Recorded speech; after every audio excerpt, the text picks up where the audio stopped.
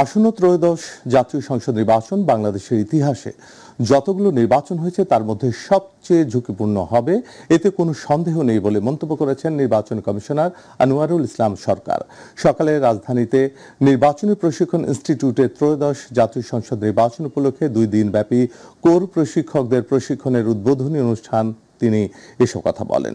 এই সময় প্রধান নির্বাচন কমিশনার এম নাসিরউদ্দিন তার বক্তব্যে নির্বাচনী আইনশৃঙ্খলা এবং তথ্য প্রযুক্তির অপব্যবহারের আশঙ্কা প্রকাশ করেন। জুবাইর রহমানের রিপোর্ট। ত্রয়োদশ জাতীয় সংসদ নির্বাচন উপলক্ষে নির্বাচনী প্রশিক্ষণ ইনস্টিটিউটে 2 দিনব্যাপী কোর প্রশিক্ষকদের প্রশিক্ষণের উদ্বোধনী অনুষ্ঠানে যোগ দেন প্রধান নির্বাচন কমিশনার সহ নির্বাচন কমিশনাররা। এ সময় সিইসি বলেন, নির্বাচন কমিশনের বটম লাইন হলো পেশাদারিত্ব ও নিরপেক্ষতা। কমিশনের বটম লাইন হচ্ছে প্রফেশনালিজম এন্ড নিউট্রালিটি। এইটা আপনারা এমফাসাইজ করবেন যে প্রফেশনালিজম এন্ড নিউট্রালিটি যাতে ইনশিওর হয়, এটা আপনারা এমফাসাইজ করবেন। আর আমি ব্যক্তিগতভাবে বিশ্বাস করি the education and the training which cannot hit at the morality of the participants, নৈতিকতাকে যেটা এফেক্ট করতে পারে না, সেটা এডুকেশনও না, ট্রেনিংও না। আগামী জাতীয় নির্বাচনকে নানান দিক থেকে কমিশনের জন্য চ্যালেঞ্জিং বলে উল্লেখ করেন সিইসি। এমন চ্যালেঞ্জ আমাদেরকে মোকাবেলা করতে হবে যেটা এখনো আমরা জানি না। We may have to face even newer challenges which we are not prepared to address right now. এই যারা ট্রেনিং দিবেন তারা এটা একটু বাড়তি হিসাবে দায়িত্বটা পালন করবেন যে মিসইনফরমেশন এন্ড ডিসইনফরমেশনটা যাতে প্রপারলি অ্যাড্রেস হয়। অনুষ্ঠানে নির্বাচন কমিশনাররা আসন্ন জাতীয় সংসদ নির্বাচনকে সর্বোচ্চ নিরপেক্ষ ও গ্রহণযোগ্য করতে তাদের পরিকল্পনা ও আশঙ্কার কথা তুলে ধরেন। নির্বাচনে কোনো দানাই ফানাই হবে না এবং এটা দিতে হবে। আজকের নির্বাচন কমিশন এই চ্যালেঞ্জ উতরানোর কোনো বিকল্প নাই।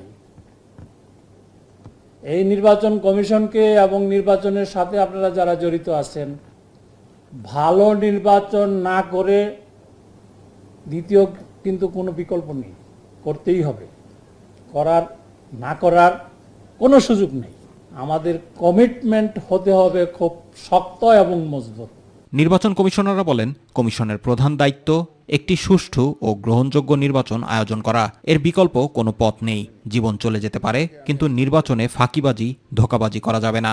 ল যত বেশি বাড়াবেন, দায়িত্ব যত বেশি নেবেন, তত অপ কাজে আপনি ব্যস্ত থাকবেন।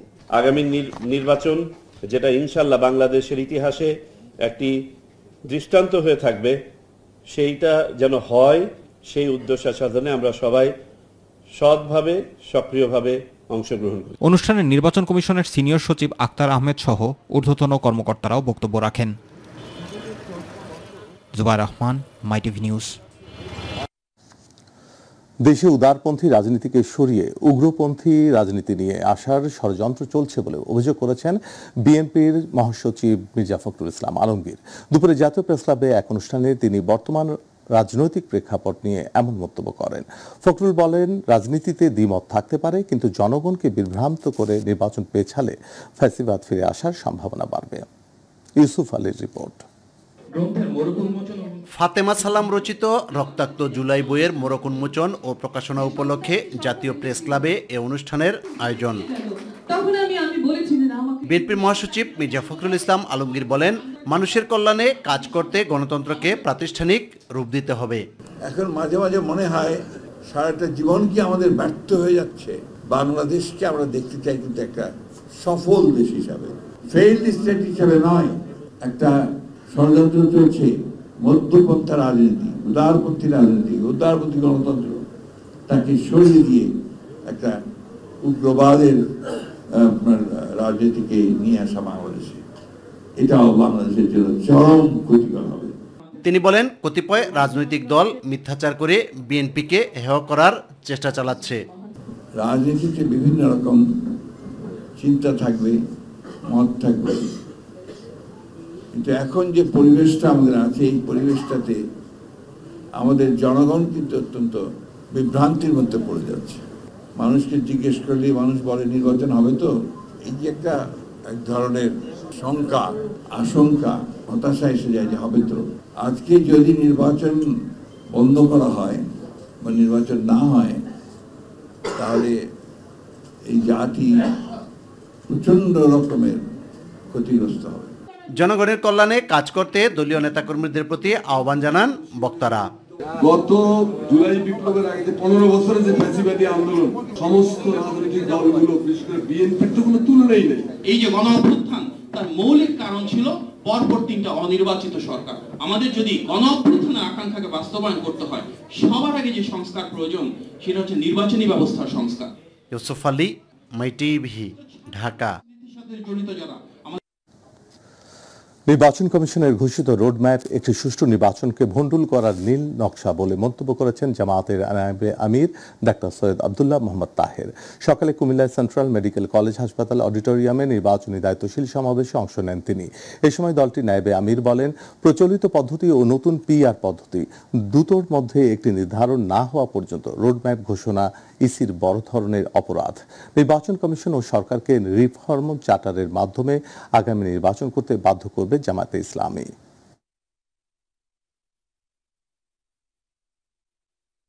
আমরা 15 ফেব্রুয়ারি নির্বাচন করার জন্য সারা দেশে প্রস্তুতি নিচ্ছি, কিন্তু একটি সুষ্ঠু অবাধ নির্বাচনের জন্য কতিপয় বিষয়ের শুরু হওয়া অত্যন্ত জরুরি। তার মাঝে 1 নম্বর হচ্ছে, আমরা বলেছি জুলাই চার্টার, এটাকে আমরা যেখানে ঐক্যমত পৌঁছেছি সে সমস্ত জায়গায় এটাকে আইনগত ভিত্তি দিতে হবে এবং এর ভিত্তিতেই ফেব্রুয়ারি নির্বাচন হতে হবে। কিন্তু সেগুলো না করেই গতকালের যে পথ নকশা দিয়েছে, আমরা মনে করি এটা এই নির্বাচনের পথ নকশা একটি সুষ্ঠু নির্বাচন ভণ্ডুল করার জন্য একটি নীল নকশা। আসন্ন ত্রয়োদশ জাতীয় সংসদ নির্বাচন জুলাই সনদের অধীনে করার দাবি জানিয়েছেন এবি পার্টির সাধারণ সম্পাদক আসাদুজ্জামান ফুয়াদ। তিনি জানান, নির্বাচনের তারিখ যদি পিছিয়ে দেওয়া হয় তাতেও দলটির কোনো আপত্তি থাকবে না। সকালে দলটির কার্যালয়ে সংবাদ সম্মেলনে তিনি এসব কথা বলেন। ফুয়াদ বলেন, দায়সারা নির্বাচন করার উদ্যোগ নিতে যাচ্ছে কমিশন। বর্তমান পরিস্থিতিতে কমিশন নির্বাচন করাতে পারবে কিনা তা নিয়ে সংশয় আছে।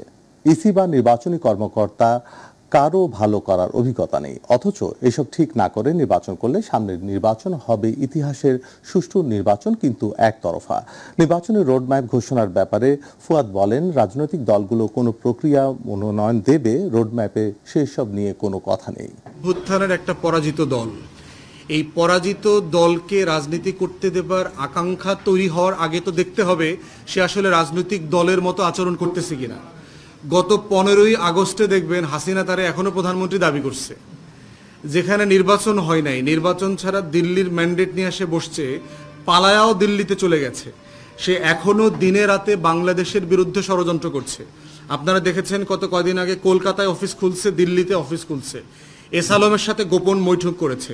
হাসিনা 4000 কোটি টাকা চাইছে এস আলমের কাছে, 2500 কোটি টাকা অলরেডি দিয়ে দিছে। আজকে এই যে মঞ্চ 71 যে সকল উস্কানি উৎপাত তৈরি করতেছে, এই টাকাগুলো কোথার থেকে আসতেছে?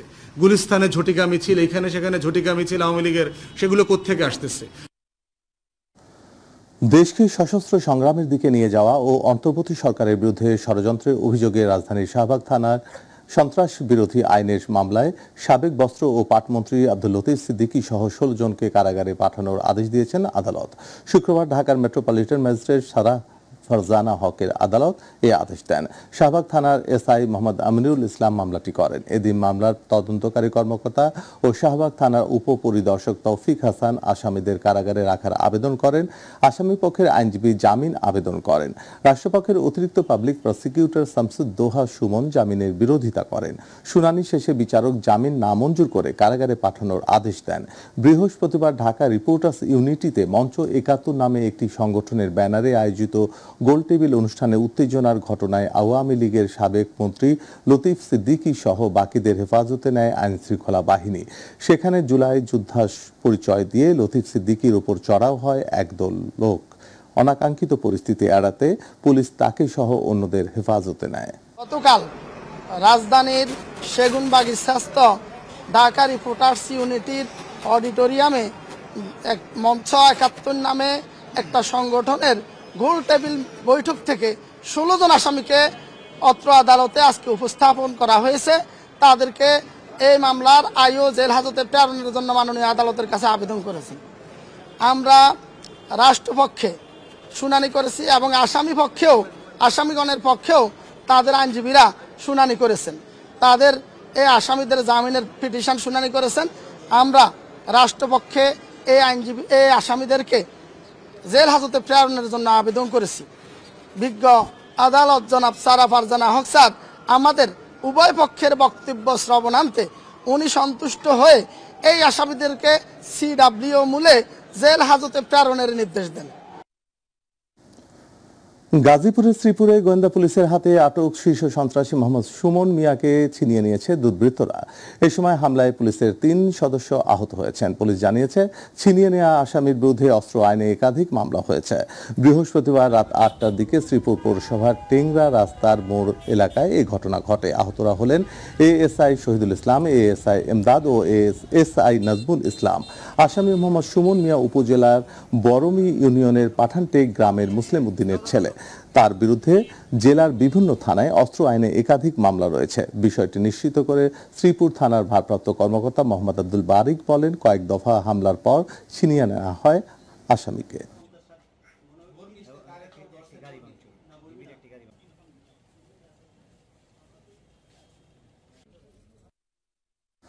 ক্রমেই অস্বাভাবিক হয়ে উঠেছে নিত্যপণ্যের বাজার। কিছুতেই কমছে না অস্থিরতা। 80 থেকে 100 টাকার নিচে মিলছে না কোনো ধরনের সবজি। সরবরাহ ভালো থাকলেও নানা অজুহাতে রাজধানী বাজারগুলোতে বেড়ে চলেছে সবজির দাম। অন্যদিকে দেশি মসুর ডাল কেজিতে বেড়েছে 20 থেকে 25 টাকা। বাজারে সব ধরনের মাছের দামও বৃদ্ধি পেয়েছে বলে জানান বিক্রেতারা।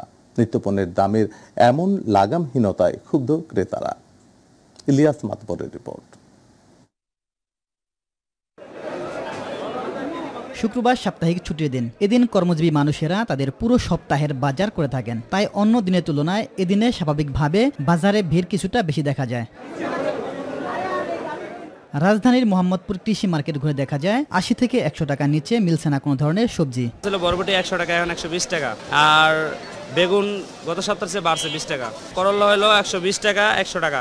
সবজির দামের এমন লাগামহীনতায় ক্ষুব্ধ ক্রেতারা। তারা মনে করছেন বিগত সময়ের মতো আবারও সক্রিয় হয়েছে অতি মুনাফাখর সিন্ডিকেট। বাজার দামটা খুবই চড়া এবং মাছ পাওয়া যায় না। ইলিশ মাছ যা দেখেন সব জাটকা, সাধারণ মানুষ কিনতে পারবো না, এটা ক্রয় ক্ষমতার বাইরে। ইলিশ মাছ এমনি মাছের বাজারটা সবচেয়ে বেশি। প্রত্যেকটা জিনিস সবজির দাম তো সবচেয়ে বেশি। মাছের বাজারে যান, মাছের আগুন। ক্রমেই অস্বাভাবিক হয়ে উঠছে মুদি পণ্যের দাম। মসুর ডালটা আপনার গত 2 সপ্তাহ ধরে এখন আমরা বিক্রি করতেছি 155 থেকে 60 টাকা, কিনা হইতেছে আমাদের 52, 53 এরকম। চিনিও 1-2 টাকা বাইরে গেছে, আর লিটার তেলের রেটটাও বাড়ছে। এদিকে বাজারে সব ধরনের মাছের দাম বৃদ্ধি পেয়েছে বলে জানান বিক্রেতারা। সব মাছের দাম একটু বাড়ছে। কাতল মাছ বেশি আপনার 400, 450, বড় 450, ছোট 400, টাটকিন বেশি 500, দেশি টাটকিনি। ট্যাংরা 700, গুলশা বেশি 1000। রুই মাছ বাড়ছে কেজিতে 20-30 টাকা, বড়গুলো 450 আর মিডিয়ামগুলো 400 টাকা। ব্রয়লার মোরগ 10 টাকা বেড়ে বিক্রি হচ্ছে 180 টাকা কেজি। সোনালী 300, ব্রয়লার 180, দেশি 550। বাজারে গরুর মাংস বিক্রি হচ্ছে 700 টাকা ও খাসির মাংস 1150 টাকা দরে। ইলিয়াস মাতবর, মাই টিভি, ঢাকা। সিলেটে লুট হওয়া পাথর প্রতিস্থাপনের পর নতুন রূপে ফিরতে শুরু করেছে সাদা পাথর। লুটের খবরে হতাশ পর্যটকরাও নতুন রূপের সান্নিধ্য পেতে আসতে শুরু করেছেন ভোলাগঞ্জের সাদা পাথরে। প্রশাসনের সর্বোচ্চ কর্মকর্তারাও বলছেন আগের রূপে ফিরিয়ে দিতে যা যা করা দরকার সবই করবেন তারা। সিলেট থেকে ক্যামেরাম্যান শাহিন আহমেদের তথ্যচিত্রে আরও জানাচ্ছেন শামস উচ্ছ্বাস। সিলেটের ভোলাগঞ্জের ধলাই নদের বুক থেকে লুট হওয়া সাদা পাথর ফিরছে যথাস্থানে। সাজানো গোছানো হচ্ছে আগের মতো করে। এতে পূর্ণরূপে ফিরতে শুরু করেছে সাদা পাথরের রাজ্য ভোলাগঞ্জ। কঠোর অভিযান চালিয়ে লুণ্ঠিত পাথর উদ্ধারের পর প্রতিস্থাপনের খবরে আগ্রহী হয়ে উঠেছেন স্থানীয় পর্যটকরা, আসছেন দেশের অন্যান্য এলাকার প্রকৃতিপ্রেমীরাও। যেহেতু মানুষের ধাক্কা খাইছে, সোশ্যাল মিডিয়ায় দেখছে যে সাদা পাথর উদয় হয়ে গেছে, এখন আবার যদি অনেকে আছে যে দেখতে আইব যে সাদা পাথর আসলে মরুভূমি হয়েছে। আমরা মনে করছি কিভাবে হয়তো পাথর নাই, তার বাদেও আমরা আসলাম। পর্যটকরা বেশি বেশি করে আসবে, প্রাকৃতিক সৌন্দর্যটা দেখবে, আমরা সেটাই চাই। গত 5 আগস্টের পর এক বছরেই কয়েকশো কোটি টাকার পাথর লুটের কারণে মরুভূমিতে পরিণত হয় সাদা পাথর খ্যাত ভোলাগঞ্জ। এমন লুটপাটের চিত্র গণমাধ্যমে প্রকাশের পর ক্ষোভ প্রকাশ করেন পুরো দেশের মানুষ। এরপরই শুরু হয় লুট হওয়া পাথর উদ্ধার আর প্রতিস্থাপন। তবে প্রকৃতি সৌন্দর্য ফিরে পেতে কিছুটা সময় লাগলেও নতুন রূপে খুশি ঘুরতে আসা পর্যটকরা। মোটামুটি অনেক সুন্দর, অনেক ভালো আছে, পাথর অনেক আছে। পাথরগুলো আবার আগের মতন পরিপূর্ণভাবে আগের জায়গায় বসাই দিলে আমাদের কাছে আরো সুন্দর লাগবে। নেচারটা অনেক সুন্দর, পানিগুলো অনেক ঠান্ডা, এখানে ফ্যামিলি টাইম স্পেন্ড করতে অনেক ভালো লাগে। ইউএসএ থেকে আইসি, এখানে আসে অনেক ভালো লাগতেছে। সবাই খুব এনজয় করছে, আমরাও এনজয় করছি। আমরা অলরেডি নিজের চোখে দেখছি যে 2-3টা বোট এনে পাথর দিতেছে, আবার ফিরাই দিতেছে। গত 24 আগস্ট থেকে প্রতিদিন 5 শতাধিক শ্রমিক কাজ করছে পাথর উদ্ধার আর প্রতিস্থাপনে। এখন পর্যন্ত উদ্ধারকৃত বিপুল পরিমাণ পাথর প্রতিস্থাপনের মাধ্যমে পরিবেশ স্বাভাবিক অবস্থায় ফিরিয়ে আনার চেষ্টা অব্যাহত রয়েছে বলে জানিয়েছে প্রশাসন। প্রকৃতি যেভাবে আসলে পাথরগুলোকে এখানে সাজিয়ে রেখেছিল সেভাবে তো করা খুব মুশকিল। আমরা আশা করছি হয়তো এর পরবর্তী সময় কোনো ঢল আসলে বা যখন পানি আসবে তখন এটা ন্যাচারালি আরো ঠিক হবে। বাট বিফোর দ্যাট আসলে এটা কিন্তু খুব বলা মুশকিল যে ছিল প্রকৃতি যে বিছিয়ে রাখছিল সেভাবে বিচার সম্ভব না। তারপরে কিন্তু আমাদের এখানে পরিবেশবিদ রয়েছেন, তারা পরামর্শ দিচ্ছেন এবং তাদের সাথে সমন্বয় করে কিন্তু কাজগুলো হচ্ছে। প্রশাসনের তথ্য অনুযায়ী এখন পর্যন্ত 26 লাখ ঘনফুট পাথর উদ্ধার ও জব্দ করা হয়েছে। এর মধ্যে প্রায় 6.5 লক্ষ ঘনফুট পাথর স্থানীয়রা স্বেচ্ছায় জমা দিয়েছেন, আর বাকি 19 লাখ ঘনফুটেরও বেশি পাথর যৌথ বাহিনীর অভিযানে জব্দ করা হয়েছে। শামস তাবরিজ উচ্ছ্বাস, মাই টিভি নিউজ ডেস্ক। অনির্দিষ্টকালের জন্য বন্ধ হয়ে গেছে দিনাজপুরের পার্বতীপুরে অবস্থিত দেশের একমাত্র মধ্যপাড়া পাথর খনির উৎপাদন কার্যক্রম। বিস্ফোরক সংকটে বৃহস্পতিবার থেকে খনির পাথর উত্তোলন ও উন্নয়ন সংশ্লিষ্ট সকল কার্যক্রম বন্ধ করে দিতে বাধ্য হন খনি কর্তৃপক্ষ। তবে এ সময় খনি রক্ষণাবেক্ষণের পাশাপাশি অন্যান্য কাজ চালু থাকবে বলে জানিয়েছে সংশ্লিষ্টরা। এদিকে নিরবচ্ছিন্নভাবে পাথর উত্তোলন কার্যক্রম চালু রাখতে নির্দিষ্ট সময়ে বিস্ফোরক সরবরাহে সরকারের হস্তক্ষেপ কামনা করেন স্থানীয়রা।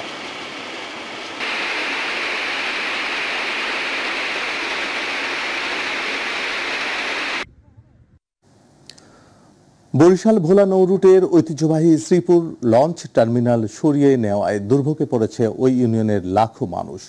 দুটি নদীর মোহনায় বর্তমান টার্মিনাল হওয়ায় তীব্র স্রোতে যে কোনো সময় দুর্ঘটনায় পড়তে পারে যাত্রীবাহী লঞ্চ, স্টিমার বা পণ্যবাহী নৌযান। বিআইডব্লিউটিএ এবং ইজারাদারের দুর্বলতাকে দায়ী করছেন ইউনিয়নবাসী। আসাদ চৌধুরীর ক্যামেরায় পারভেজ রাসেলের রিপোর্ট। নদী বিধৌত দক্ষিণের জনপদ বরিশাল। এখনো অনেক এলাকায় যেতে হলে ভরসা একমাত্র ছোট বড় নৌযান। বরিশাল থেকে ভোলা, মেহেন্দিগঞ্জ, পাতারহাট, হিজলা ও শ্রীপুরের মানুষ নদীপথে সহজতর চলাচলে লঞ্চই একমাত্র মাধ্যম। বরিশাল লাহারহাটের ওপারের শ্রীপুরের 40 বছরের ঐতিহ্যবাহী ঘাটটি বর্তমান ঠিকাদার সরিয়ে নিয়েছে কালাবদর এবং তেতুলিয়া নদীর মোহনা চর ফেনুয়ায়। এতে দুর্ভোগে পড়েছে স্থানীয়রা। ছোটবেলা থেকে আমরা দেখছি যে এই লঞ্চ ঘাটটা শ্রীপুর পুরান ঘাটটা ওখানে আমাদের জন্য ভালো ছিল, আর এখন যেখানে পানির সমস্যা আমাদের বিরাইতে কষ্ট। এখন যেখানে ঘাট আসছে ওখানে পানির কারেন্ট অত্যন্ত কারেন্ট। এই ঘাটের তনে আমরা যাতায়াত করতাম, এখন একটা ঘাট নিয়ে ওখান তো নিয়ে গেছে। আমাকে বাচ্চা কাছে নিয়ে ওই জায়গায় পানি শাক্কা আছে ওগুলো দিয়ে যাইতে আমাকে খুবই কষ্ট হইতেছে। একদিকে কালাবদর, চরফেনোয়ায় নদী ভাঙন, জিও ব্যাগ আর তীব্র স্রোতের কারণে পল্টনে ভিড়তে পারছে না নৌযানগুলো। তাই টার্মিনালটি আবার শ্রীপুরেই ফিরিয়ে আনার দাবি গোটা ইউনিয়নবাসীর। তো এখানে ঘাট ছিল, আমাদের খুব ভালো জীবনটা ছিল। ইজারাদার ঘাট পাইয়া তাদের নিজের স্বার্থের জন্য তার বাড়ির দরজায় নিয়ে গেছে। এক মাজা পানির ভিতরে নাইমা যাইতে হয়, এটা আমাদের ভোগান্তি। এ বিষয়ে জানতে চাইলে দ্রুত তদন্ত করে সিদ্ধান্তর কথা বলেন বিআইডব্লিউটিএ। যেখানে পন্টুন ছিল সেখানে বাধার সম্মুখীন হয় এবং সে আসলে দীর্ঘ প্রায় 1.5 মাস রাজস্ব আদায় করতে পারেনি। মানুষ যাতে সাবলীলভাবে চলাচল করতে পারে, সমস্ত বিষয়গুলো দেখেই আমরা আসলে একটা সিদ্ধান্ত নিব। ইজারার টাকা তুলতে না পারায় টার্মিনাল সরানোর কথা বলেন ইজারাদারের প্রতিনিধি। কাগজপত্র লাইন করে গিয়া সবকিছু ওকে করে গিয়া আমরা আমার গাঁওতায় আমরা লয়েছি। এই গ্রামের মানুষ সবেরই যেমন এটার সুবিধা হতো। এখানে বাজার আছে, এটা মাঝখানে। বিআইডব্লিউটি এর সার্ভে অনুযায়ী নিরাপদে সব পল্টুন ব্যবহার করবে সকল নৌযান। যাত্রী এবং যানমাল নিরাপত্তায় উপেক্ষিত হোক আধিপত্য বিস্তার এবং ভেঙে যাক ইজারাদারের খামখেয়ালিপনা, এ প্রত্যাশাই সবার। পারভেজ রাসেল, মাই টিভি, বরিশাল।